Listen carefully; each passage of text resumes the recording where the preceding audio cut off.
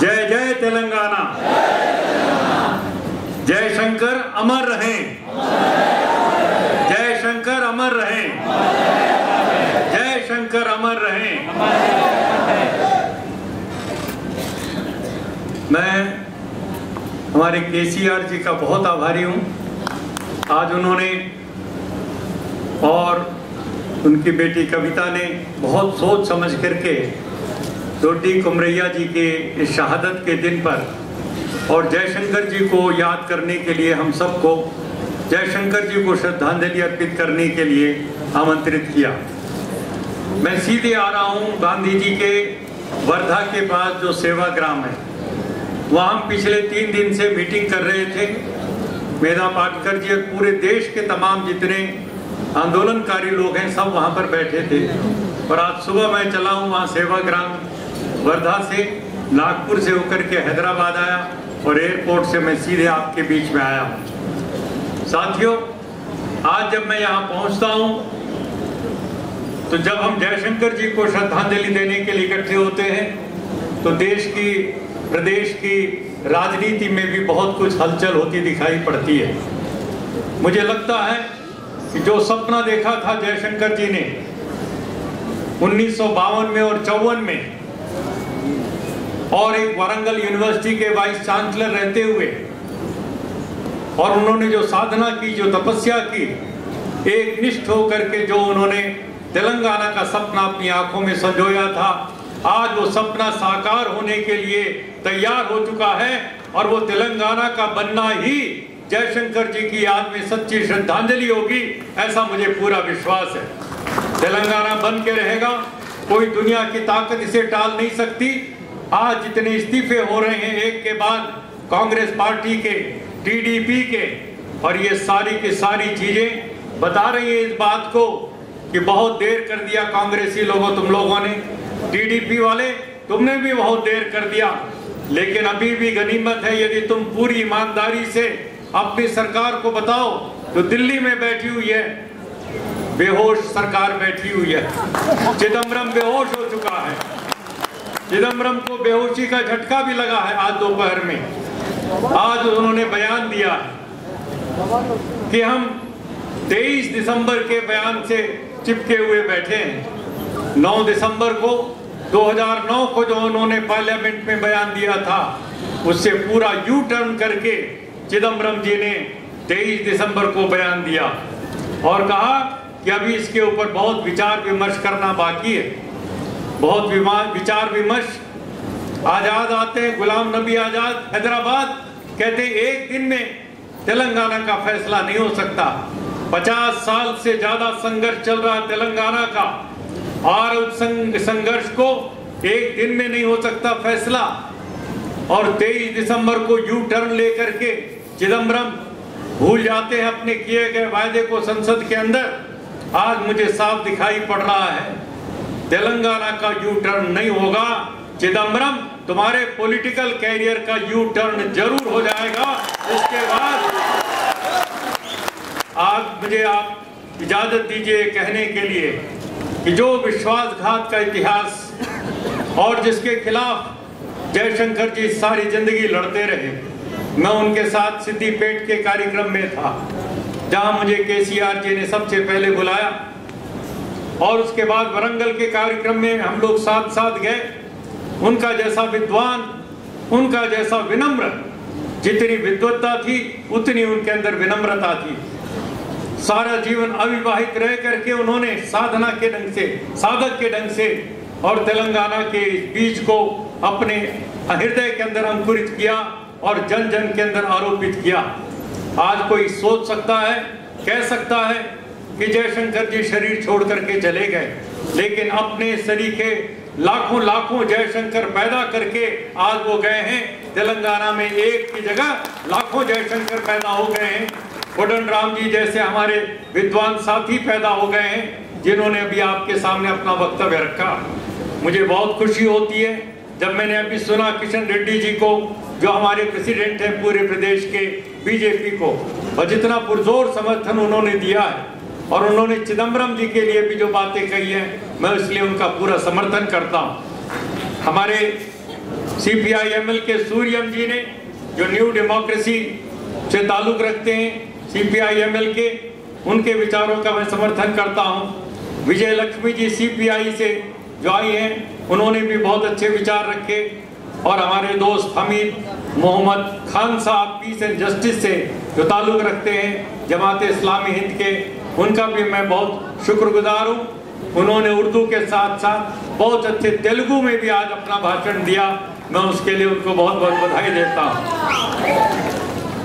और कविता जी को तो मैं क्या बताऊं, उन्होंने तो पूरा का पूरा रिसर्च करके जितनी भी हमारी हेरिटेज है, तेलंगाना का इतिहास पूरा का पूरा उसको सुरक्षित करने के लिए अभिनव प्रयास शुरू किया है। मैं ये कहना चाहता हूँ कि जो साधना, जो तपस्या हमारे जयशंकर जी ने किया, वो बेकार नहीं जाएगा। ये तेलंगाना उनका स्मारक बनेगा।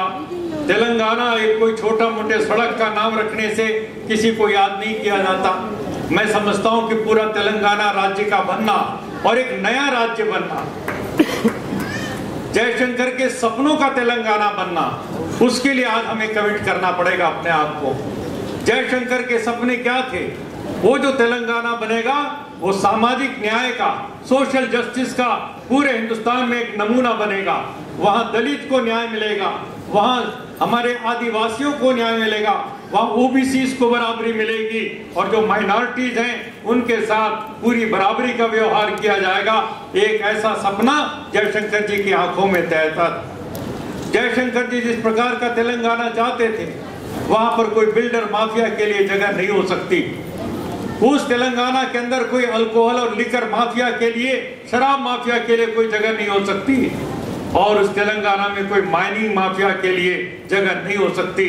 आइए हम संकल्प लें कि तेलंगाना हम बनाएंगे, लेकिन तेलंगाना को भ्रष्टाचार से मुक्त बनाएंगे। अन्ना हजारे की टीम का एक सदस्य होने के नाते आज मैं आपके सामने इस बात के लिए आह्वान करता हूं, आओ तेलंगाना के हजारों लाखों हमारे 4 करोड़ नौजवान साथियों, भाइयों और बहनों, हम तेलंगाना को भ्रष्टाचार मुक्त तेलंगाना बना करके दिखाएं। यहाँ कोई माफिया राज नहीं होगा, कोई गुंडा राज नहीं होगा। हमारी मां बहनों की इज्जत सबसे ज्यादा सुरक्षित होगी। ऐसा हम तेलंगाना बना करके दिखाएंगे।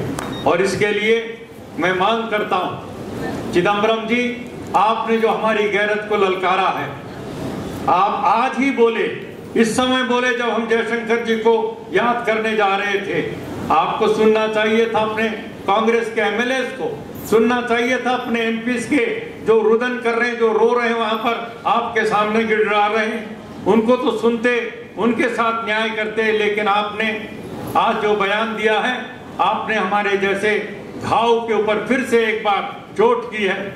और मैं मांग करता हूं पूरे तेलंगाना के 4 करोड़ लोगों की तरफ से कि जो पाप किया है चिदम्बरम तुमने, तुम्हारे चुनाव के बारे में हम जानते थे कैसे तुम चुन के आए हो तमिलनाडु से, और उसका कच्चा चिट्ठा खोल दिया। तमिलनाडु की नवनिर्वाचित चीफ मिनिस्टर जयललिता ने दिल्ली में आने के साथ पहला बयान दिया है कि चिदम्बरम का चुनाव फ्रॉडुलेंट है और वो खत्म होना चाहिए और इसके लिए चिदम्बरम को इस्तीफा देना चाहिए। 1 साल पहले चिदम्बरम जी ने मुझे जिम्मेदारी दी चिट्ठी लिख करके कि सीपीआई माओइस्ट के साथ हमारी बातचीत कराइए। मैंने बातचीत के लिए पहल की और मुझे चिरकुरी राजकुमार आजाद जो उन्होंने चिट्ठी लिख करके भेजा, मैंने चिदम्बरम जी को पढ़ाया। मैंने कहा देखो वो बातचीत के लिए तैयार है, वो लॉन्ग टर्म सीज फायर के लिए तैयार हैं। उसने चिट्ठी का मजाक उड़ाया, कहने लगा ये रिबेल लोग हैं, ये डेमोक्रेसी में और कॉन्स्टिट्यूशनल हमारी जो गवर्नमेंट है इस पर विश्वास नहीं करते। मैंने कहा वो बात करेंगे तो आप इससे तो करेंगे, आप तो कोई चिदम्बरम इंडिविजुअल नहीं है, आप होम मिनिस्टर हैं। जब वो बातचीत करने के लिए तैयार हैं गवर्नमेंट के साथ, होम मिनिस्टर के साथ, तो फिर आपको क्या कमी पड़ रही है इस चिट्ठी के अंदर? वो कहने लगे नहीं इसमें ये नहीं, उसमें वो नहीं। मैंने दोबारा जब चिट्ठी लिखी 26 जून को और उस चिट्ठी को लेकर के चिरकुरी राजकुमार एलियास आजाद जब जा रहे थे नागपुर स्टेशन पर उतर करके, तो उनको आंध्र प्रदेश की पुलिस ने उठा लिया वहां से, और हेमचंद पांडे पत्रकार जो आया था दिल्ली से चल करके उनका इंटरव्यू लेने के लिए, दोनों को ले जा करके और आदिलाबाद के जंगल में उनका एनकाउंटर कर दिया, फेक एनकाउंटर किया। जब मैं चिदम्बरम जी से पूछा ये ऐसा क्यों किया गया, कौन जिम्मेदार है इसके लिए, जब वो पीस प्रोसेस में शामिल होना चाहता था उसके साथ इस प्रकार का व्यवहार क्यों किया गया, चलेंगे मैं कुछ नहीं जानता। उनका सारा भाव देख करके मुझे बहुत कष्ट हुआ, क्योंकि मुझे बीच में डाला था उन्होंने बातचीत करने के लिए, और मेरी चिट्ठी के जवाब में आजाद सामने आ रहा था, और उसको इस प्रकार से पकड़ करके धोखे से मार डाला जाना। मैंने जुडिशियल इंक्वायरी की मांग की, उन्होंने साफ मना कर दिया। मैं प्रधानमंत्री से मिला, उन्होंने हाँ कहा, लेकिन कोई जुडिशियल इंक्वायरी नहीं की। मैं राहुल गांधी से मिला, मैं सब लोगों से मिला, लेकिन कोई जुडिशियल इंक्वायरी नहीं हुई। तो सुप्रीम कोर्ट में पूरा रिट डाल करके आज उसकी सीबीआई की जांच हो रही है, और मुझे विश्वास है कि आज कोर्ट खुला है, आने वाले हफ्ते 2 हफ्ते में उसका कोई न कोई नतीजा आएगा। और मुझे पूरा विश्वास है कि न्याय का जो फंदा होता है वो दूर तक जाता है, और चिदम्बरम जी आप उससे बाहर नहीं निकल पाओगे। कहीं न कहीं आपका भी नाम आएगा। जो आजाद की हत्या हुई है उसमें आपका कितना क्या हाथ है, इसके बारे में भी सुप्रीम कोर्ट की जांच में से कोई न कोई परिणाम निकलेगा। लेकिन आज जो आपने बयान दिया, आज जो आपने हमारे पूरे तेलंगाना के ऊपर कुठाराघात करने के लिए जानबूझ करके आज जो बयान दिया है, मैं इसके लिए आपका केंद्र के गृह मंत्री पद से इस्तीफा मांगता हूं। तुम्हें रिजाइन कर देना चाहिए वहां से, और आ करके हिम्मत है तेलंगाना की सड़कों में खड़े होकर के वो बयान दे करके दिखाओ। यहाँ का बच्चा बच्चा आज तेलंगाना के लिए पूरी तरह से बड़ी से बड़ी कुर्बानी देने के लिए तैयार है। 100% टोटल, यदि कोई एक मूवमेंट जिसको हम 100% टोटल कह सकते हैं, वो हिंदुस्तान के में अंदर एक तेलंगाना का मूवमेंट है। और इस न्याय के लिए सबको सहयोगी बनना चाहिए, किसी को रुकावट नहीं डालना चाहिए। मुझे पूरा विश्वास है कि आज हम जयशंकर जी को अपनी श्रद्धांजलि देते हुए अपने संकल्प को और मजबूत करेंगे, अपने इरादों को और बुलंद करेंगे, और हम पीछे कदम नहीं हटाएंगे। हमारा संघर्ष शांतिपूर्ण रहेगा, अहिंसक रहेगा, लेकिन साथ ही साथ पूरी दृढ़ता के साथ और पूरी मजबूती के साथ हम अपने लक्ष्य को प्राप्त करके दिखाएंगे। मुझे विश्वास है कि बहुत जल्दी आने वाले, आज नहीं तो कल, आंध्र प्रदेश के अंदर, पूरे आंध्र प्रदेश के अंदर राष्ट्रपति शासन लागू करना पड़ेगा इस सरकार को, क्योंकि ये किरण कुमार रेड्डी, इनकी सरकार अब चलने वाली नहीं है। इनके पुलिस के डंडे अब हमारे तेलंगाना के आंदोलन को कुचल नहीं सकते, और इसलिए अब हम राष्ट्रपति शासन के माध्यम से जो हमें टाइम मिलेगा, हम कंसोलिडेट करेंगे अपने आंदोलन को, और मजबूती से शांतिपूर्ण तरीके से आगे बढ़ेंगे, और बहुत जल्दी से जल्दी तेलंगाना का सपना, जयशंकर का सपना साकार होकर के रहेगा। जय तेलंगाना, जय जय तेलंगाना।